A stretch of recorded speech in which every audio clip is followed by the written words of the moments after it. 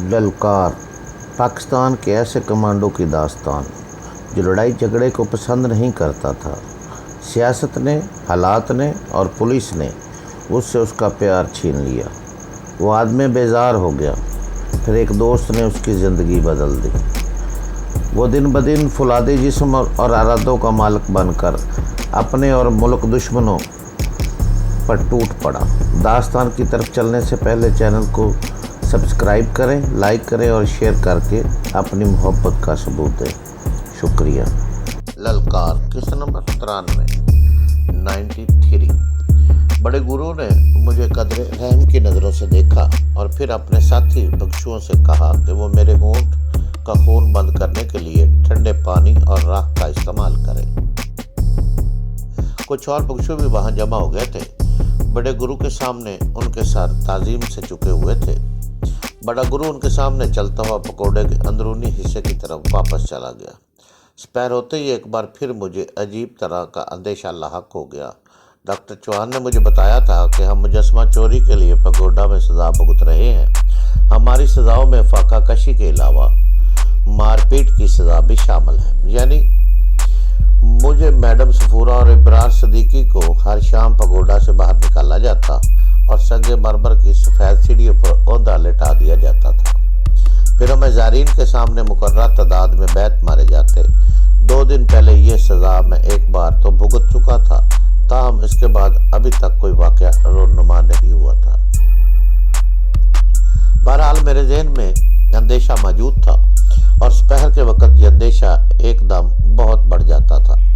Madam Safura से मेरी मुलाकात दोबारा हो चुकी थी, लेकिन इसकी सज़ा के बारे में मैं इससे कुछ नहीं पूछ सका था। बहरहाल ये शाम भी खैरियत से गुजर गई।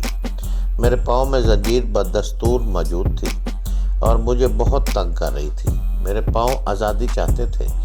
मैं अपनी मर्ज़ी से अपने जिस्म को हरकत देना चाहता था और ये ख्वाहिश किसी वक्त इतनी शिद्दत अख्तियार कर जाती कि दम घुटने लगता। नींद की हालत में भी जैसे ये एहसास ज़हन की गहराइयों में मौजूद रहता कि मेरे पाँव के साथ एक नहायत नापसंदीदा बोझ मौजूद है। सुल्ताना के हवाले से भी मेरे जहन में अंदेशे मौजूद थे।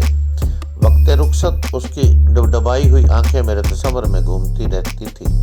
उसका बच्चे को चूमना, फिर अलविदाई अंदाज में मुझे देखना। गनी साहब चौहान और दीगर लोगों ने मुझे बताया था कि वो मेरी बीवी की हैसियत से सुल्ताना ने मेरे लिए बड़ी मुसीबतें झेली हैं।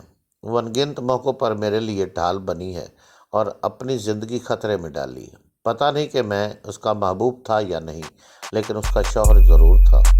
वो हर तरह से शौहर परस्त लगती थी। वो अपना सुर्ख अरूसी जोड़ा अपने झूले में साथ लिए फिरती थी और ये बात भी याद रखने वाली थी कि बकौल चौहान सुल्ताना ने मुझे तहफ़्फ़ुज़ देने के लिए अपना वो कीमती असासा यानी महाराज बादरी की दी हुई मोहर भी इस्तेमाल कर डाली थी। हालांकि वो मोहर सुल्ताना और उसके घराने को बड़े से बड़ा फ़ायदा पहुंचा सकती थी। अब सुल्ताना खुद खतरे में थी। मालूम नहीं उसके साथ क्या होने वाला था। जॉर्ज गोरा को तो मैं देख ही चुका था। मैंने उसके किरदार के बारे में जो सुना था इसके ऐन मुताबिक था। चेहरे पर खबासत और औरत की भूख, उसकी आंखों में नक्श थी। फिर मैं बालू के बारे में सोचने लगा, क्या वाकई मेरा बच्चा था, मेरा खून। अचानक कोठरी का दरवाज़ा खुला और सफूरा अंदर आ गई। पिछले 2 बरस में वो काफ़ी कमज़ोर हो चुकी थी और शायद यही हाल मेरा भी था। ये इस मुसलसल फाका कशी का नतीजा था जो यहाँ हमसे ज़बरदस्ती कराई जाती थी। अब भी कल दोपहर से मैंने कुछ नहीं खाया था। थोड़ी देर पहले भिक्षु हमेश आया था और उसने खामोशी से थोड़े से भुने हुए चावल मुझे दिए थे। ये चावल वो हस्बे साबक अपनी चादर के पल्लू में बांध कर लाया था। अंदर आते ही मैडम सफूरा ने पूछा, कल जॉर्ज और बड़े गुरुजी में कुछ झगड़ा हुआ था। मैंने इस बात में जवाब दिया और सफूरा को अपना जख्मी होंठ दिखाया। वो तासिफ से सर हिलाते हुए बोली, यह बहुत बुरा हुआ है। मेरा ख्याल है कि अब जॉर्ज तुम्हें पगोडा से निकालने की कोशिश करेगा। हो सकता है तुम्हें जेल में ले जाया जाए। अभी हुक्म जी जरगाह से बाहर है। 1-2 रोज़ में वो आ जाएगा। फिर तुम्हारा यहाँ पगोडा में रहना मुश्किल होगा।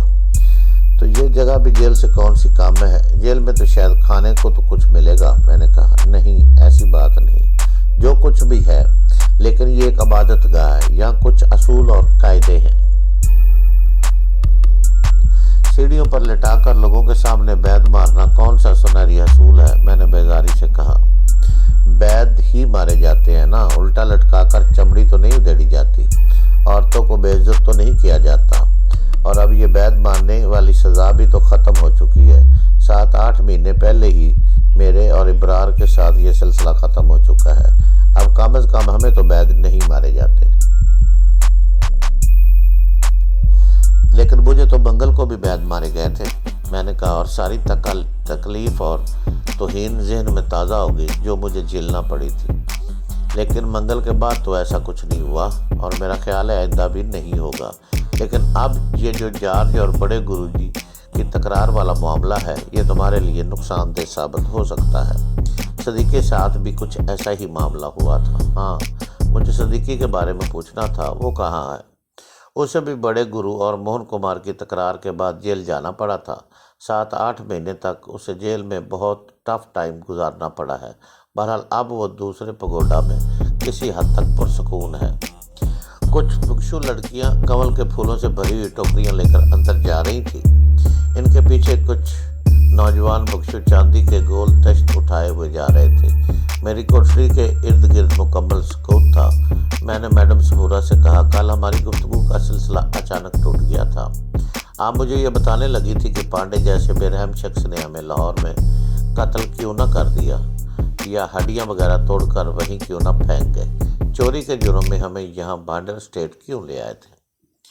میڈم صفورہ نے کوٹھری کی کھردری دیوار سے ٹیک لگا کر ایک گہری سانس لی اور بولی، یہ صرف چوری کا معاملہ نہیں تھا، ایک خاص مجسمہ چوری ہوا تھا جو مت کو ماننے والوں کے لیے ایک خاص اہمیت رکھتا ہے۔ مت کی تعلیمات کے مطابق اپرادھیوں کے لیے کڑی سزا مقرر تھی۔ اگر اپرادھی یعنی ہم اس سزا سے بچ جاتے تو اس کا وبال گرو حضرات پر اور پورے مٹھ پر آ جاتا، لہذا ہمیں سزا کے لیے یہاں زندہ لایا جانا ضروری تھا۔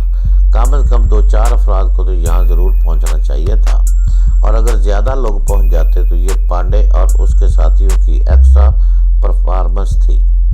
اب ہم اسے اپنی خوش قسمتی کہہ لیں یا بدقسمتی کہ ہم پاکستان میں پانڈے کی یوز سے تو بچ گئے، لیکن عمر قید بھگتنے کے لیے یہاں پہنچ گئے۔ ہم کل 5 افراد یہاں آئے تھے، تم، میں، ابرار صدیقی، عنایت علی اور کرامت سندھو۔ عنایت اور کرامت سندھو کو تم نہیں جانتے، بلکہ میں بھی نہیں جانتی۔ بہرحال یہ بھی اسی سلسلے میں شامل تھے، اور مجسمہ ان لوگوں کے ہاتھوں سے ہو کر صدیقی تک پہنچا تھا۔ ان دونوں بندوں کو پانڈے اور اس کے ساتھیوں نے باولپور سے پکڑا تھا۔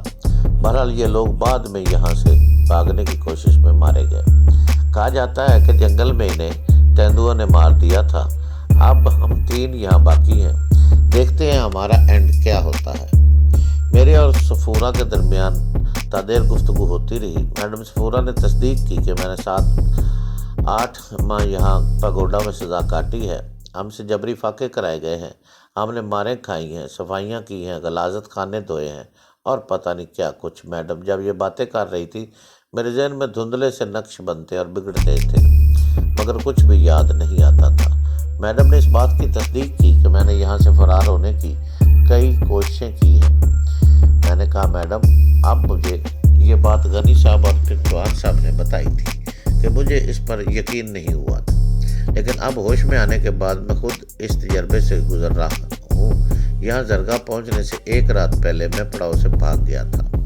میں نے طوفانی بارش میں اپنے ناکام فرار کی ساری روایات میڈم صفورہ کے گوش گزار کی، اور یہ بھی بتایا کہ آخر میں مجھے کس طرح بالکل غیر متوقع طور پر پکڑ لیا گیا، بالکل جیسے تاریک زمین نے تیواری اور ڈیوڈ وغیرہ کو اگل دیا ہو، اور وہ اچانک میرے سامنے آ کھڑے ہوئے۔ میں نے کہا، میڈم، میری سمجھ میں ابھی تک یہ بات نہیں آئی کہ وہ لوگ وہاں اچانک کیسے نمودار ہو گئے۔ یہ سخت حیران کر دینے والی بات ہے۔ میری جگہ کوئی اور بندہ ہوتا، جیسے جادو ٹونے عملیات وغیرہ پر یقین ہوتا، تو فوراً اس کا دھیان ان چیزوں کی طرف چلا جاتا، مگر یہ سب کچھ میری سمجھ سے باہر ہے۔ सफूरा ने इस बात में सर हिलाया। हाँ, कुछ ऐसी बातें तो मैंने भी सुनी है कि पंडित महाराज की आशीर्वाद से हुक्म जी को रूहानी ताकत हासिल है और इस ताकत की वजह से हुक्म जी का कोई कैदी इनकी मर्जी के बगैर इस राजवाड़े की हाथ से नहीं निकल सकता। अगर कोई कोशिश करे तो पकड़ा जाता है या मारा जाता है। पिछले कई बरस से ऐसा ही हो रहा है। क्या आपको इस बात का यकीन है? नहीं, यकीन तो नहीं, लेकिन जब बहुत लोग एक ही बात कहें और बार बार कहें तो दिमाग उलझ ज़रूर जाता है। अब तुम एक तजर्बा बयान कर रहे हो, ये तुम्हारा ज़ाती तजर्बा है। ऐसी बातों से लगता है कि इस मामले में कोई ना कोई भेद ज़रूर है जिसे समझने की ज़रूरत है। और ये रूहानी ताकत वाली बात सिर्फ कैदियों की हद तक ही नहीं, मुकामी लोग यकीन रखते हैं कि हुक्म जी कई ऐसे काम कर सकते हैं जो आम लोगों के लिए मुमकिन नहीं। बात करते करते अचानक सफूरा का माथा ठनका। मैंने उसकी नज़र का ताक़ुब किया। सबसे पहले मेरी नज़र तिवारी लाल के चेहरे गहरे सांवले पर पड़ी। वो लंबे टक भरता हुआ पगोडा के सिर में दाखिल हुआ था और अब मेरी कोठड़ी की तरफ आ रहा था। उसके साथ सब्ज़ वर्दियों वाले 3-4 मुसल्लह एहलकार भी थे। इनकी राइफलें कैनवस के गुलाफों में बंद थी और वो पगोडा के एहतराम में नंगे पाँव थे। सफूरा ने ठिठके हुए लहजे में कहा, मुझे लगता है वो तुम्हारे लिए ही आए हैं। देखते हैं। वो लोग सर पर पहुंच गए। इनके पीछे एक बूढ़ा बख्शू लाठी टेकता चला आ रहा था। तिवारी की आंखों में मुझे अपने लिए साफ तौर पर तैश और हसद दिखाई दे रहा था। बूढ़े बख्शू के हाथों में चाबियों का एक छोटा सा गुच्छा था। उसने सफूरा को मुखातब करके कहा, कुर्ती तो मुठ में वापस जाओ। यहाँ क्या करते हो? यहाँ तुम्हारा कोई काम नहीं।